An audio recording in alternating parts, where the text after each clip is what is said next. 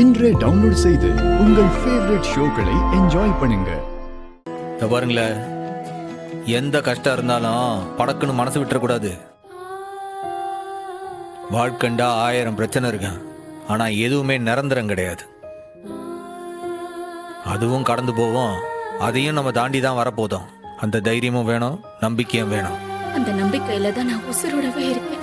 நானும் மைனியும் இதுக்கெல்லாம் தாம்லாம் போராடிட்டு இருக்கான். நிச்சயம் எல்லாமே சரியாகும். சாப்பிடு.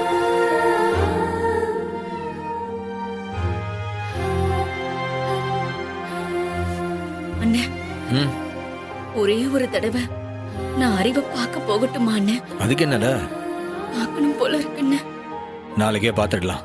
நாளைக்கு வியாழக்கிழமை கூட இல்ல, எப்படிரா? இல்ல, அத பத்தி உனக்கு என்ன கவலை? என் தங்கச்சி பார்க்கணும்னு ஆசைப்படுதா, பார்க்க செய்வோம்ல. அண்ணா, ஜெயில சாப்பாடெல்லாம் உள்ள விடுவாங்களாண்ணே? இல்லடி, ஆப்பிள் ஆரஞ்சு கூட உள்ள அலோ பண்ண மாட்டாங்க. ரொம்ப கஷ்டம். இல்லை, நீ எதுக்கு கேட்க? இல்லண்ணே, அறிவுக்கு பிடிச்ச ஐட்டம் எதையாவது சமைச்சு எடுத்துட்டு போலான்னு. அறிவுக்கு என்ன பிடிக்கும்னு உனக்கு எப்படி தெரியும்? அவருக்கு பால் கொழுக்கட்டைன்னா ரொம்ப பிடிக்கும்ண்ணே.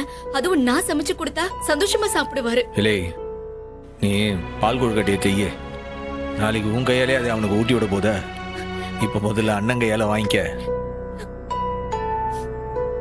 டேய், என்னடா இது? ஓ இஷ்டத்துக்கு நீ எதையாவது சொல்லி வச்சிட்டனா இவ அதுக்கு வேற ஏதாவது பிரச்சனை பண்ண போறா. இப்ப எதுக்காக நீ இப்படி எல்லாம் சொல்ற?